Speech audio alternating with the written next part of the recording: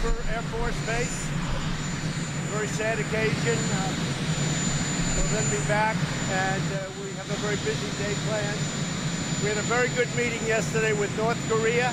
That was an incredible meeting. It lasted almost 2 hours, and we've agreed to meet sometime, probably the end of February. We've picked the country, but we'll be announcing it in the future. Kim Jong-un is looking very forward to it, and so am I.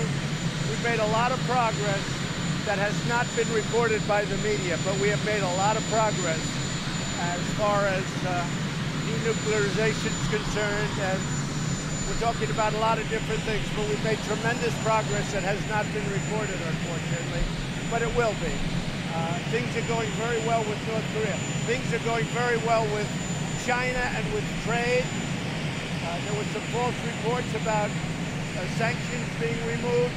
We have taken in tremendous amounts of money in the United States because of the sanctions, and we'll see how it goes. And, if we make a deal, certainly we wouldn't have sanctions, and if we don't make a deal, we will. But I think China's been, we've really had a very extraordinary number of meetings, and a deal could very well happen with China.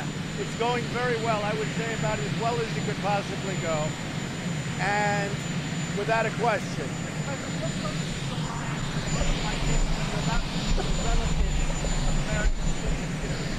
I think it's the toughest thing I have to do. When I'm going to meet relatives of some of our great heroes that have fallen, I think it might be the toughest thing I have to do as president. Well, what we've done is when I took over, Syria was loaded with ISIS.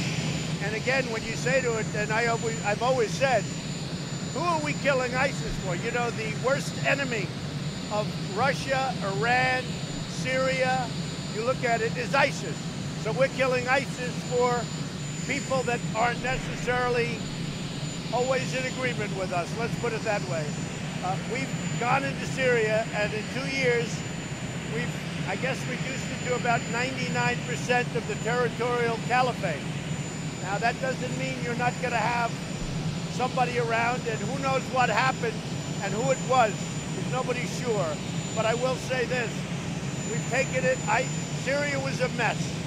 We've done Assad a very big favor. We've also done our country a favor, but we brought it down to less than 1%. As you know, we didn't stop. We could be pulling back, but we've been hitting ISIS very hard over the last 3 weeks, in particular over the last 3 weeks. And it's moving along very well. Moving along very well. But when I took over, it was a total mess. But you do have to ask yourself, we're killing ISIS for Russia, for Iran, for Syria, for Iraq, for a lot of other places. At some point, you want to bring our people back home. I've been talking about this since the campaign. But we're down to 99%. We have control of 99%. And we're hitting the rest of it very, very powerfully over the last 3 weeks. Well, I'm going to be making a statement at 3 o'clock, Steve. I hope you'll be there, but I think it'll be an important statement.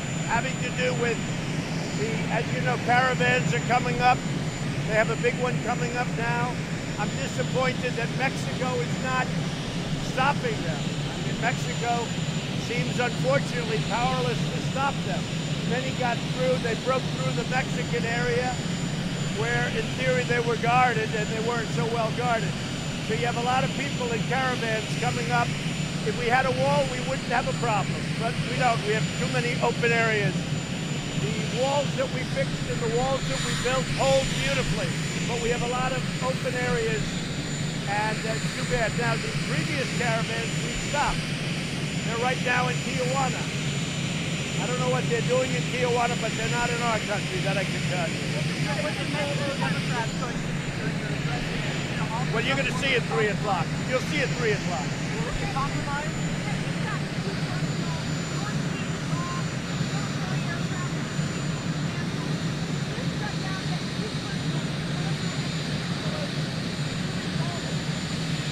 Well, I hope that Speaker Pelosi can come along and realize what everybody knows. I mean, no matter who it is, they know that walls work, and we need walls. And whether it's personal or not, it's not personal for me. She's being controlled by the radical left, which is a problem. And, you know, she's under total control of the radical left. I think that's a very bad thing for her. I think it's a very bad thing for the Democrats. Everybody knows that walls work. You look at different places, they put up a wall, no problem. You look at San Antonio, you look at so many different places. They go from one of the most unsafe cities in the country to one of the safest cities immediately. Immediately. It works. We have to put them up, and we will put them up. Got to. About federal workers, what's your message to those lining up in food banks and running out of their I think we're making a lot of progress. You know, we're building wall as we speak. Nobody covers that, and I understand that, but we're building wall as we speak. We're going to continue. This country cannot be secure. You have human trafficking. You have criminals of all kinds. You have drug pushers and drug smugglers, like at a level that people haven't seen over the last 5 or 6 years. It's gotten to a point nobody's seen anything like it. The Border Patrol has done an incredible job, but we need the help and the backup of a wall. Yes, I thought that the BuzzFeed piece, and maybe equally as bad, the coverage of the BuzzFeed phony story. It was a total phony story. And I appreciate the special counsel coming out with a statement last night. I think it was very appropriate that they did so. I very much appreciate that. I think that the BuzzFeed piece was a disgrace to our country. It was a disgrace to journalism. And I think also that the coverage by the mainstream media was disgraceful. And I think it's going to take a long time for the mainstream media to recover its credibility. It's lost tremendous credibility. And believe me, that hurts me when I see that. I'm the president of this country. Media could pull this country together. It hurts me to say it, but mainstream media has truly lost its credibility. And I can say, as far as I'm concerned, from before the election, during the campaign, I said, wow, this is really crooked stuff. This is really dishonest reporting. When the New York Times apologized after the election for their bad coverage and their faulty coverage, and then they were wonderful for 2 weeks, and then they went back to being worse than ever before, and so many others. I'm not just blaming the Times, but the mainstream media has lost its credibility, and that's a very bad thing for our country. Thank you very much.